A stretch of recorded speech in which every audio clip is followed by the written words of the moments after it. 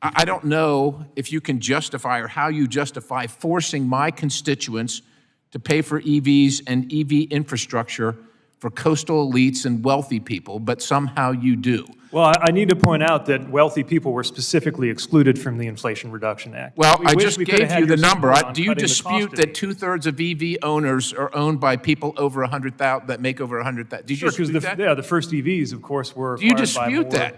No, but that number's going down. Those are the facts. It doesn't matter if they're going down now. Why were you the folks against that cutting I the price of represent EVs? can't afford them today, sir. Why were you against cutting their costs? All these factors. I'm not against cutting their costs. What's up, everybody? Major Retired Richard Ojeda here, and Freedom Caucus Chair Scott Perry got taken behind the woodshed and given a whooping by the Transportation Secretary Pete Buttigieg, and it was epic. Pennsylvania Congressman Scott Perry got schooled in a House hearing on Wednesday during a House Transportation and Infrastructure Committee hearing.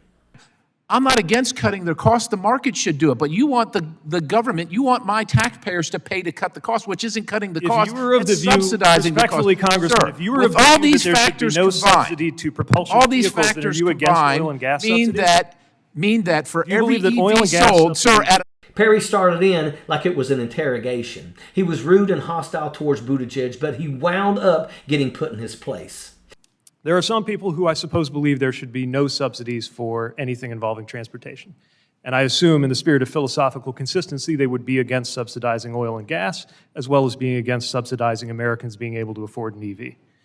There are others who believe that we should force Americans to be in the technology of the past forever.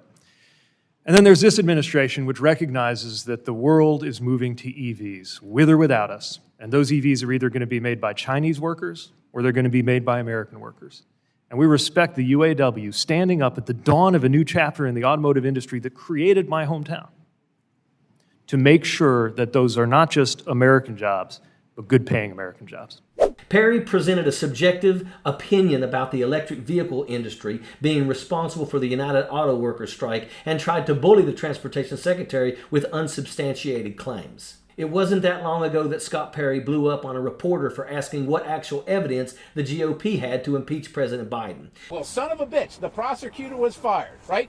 Because the prosecutor was going after the company that his son was working on. That's what we have. If you can't see that, if you're that blunt, look, I'll turn it over to your attorney. The American people can't see that. They think it's political revenge. It's because you don't report on it. He doesn't like being challenged, and he loses his cool when he gets called out. Another MAGA nut job had to take the microphone from him that day.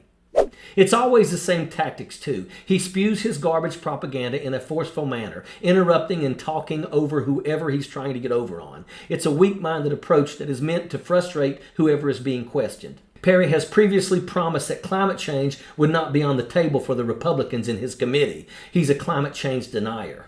Perry fought to remove clean energy tax credits as part of the debt ceiling bill in the past. You could tell that it really pissed him off when Pete Buttigieg confronted him about his voting record, too. Perry is extreme, hostile, and out of touch with his constituents. He is in the pocket of corporate polluters. Scott Perry is an absolute sellout. Pete Buttigieg turned the tables over on him over subsidies. He called out Perry's hypocrisy over his hostile opposition to government subsidies for electric vehicles, but stayed silent on subsidies for oil and gas. He didn't see it coming, and it made his head spin. The world will be going electric in spite of jackaloons like Scott Perry jumping up and down throwing a hissy fit. Perry is a paid shill. Since January the 6th, 2021, oil and gas companies have given nearly $1 billion in donations to PACs to expand their influence with lawmakers. Scott Perry doesn't care about the environment or the auto workers that he's using as examples for his idiotic argument. Scott Perry is just another do-as-I-say, not-as-I-do jackaloon that needs anger management classes. He needs to be voted out.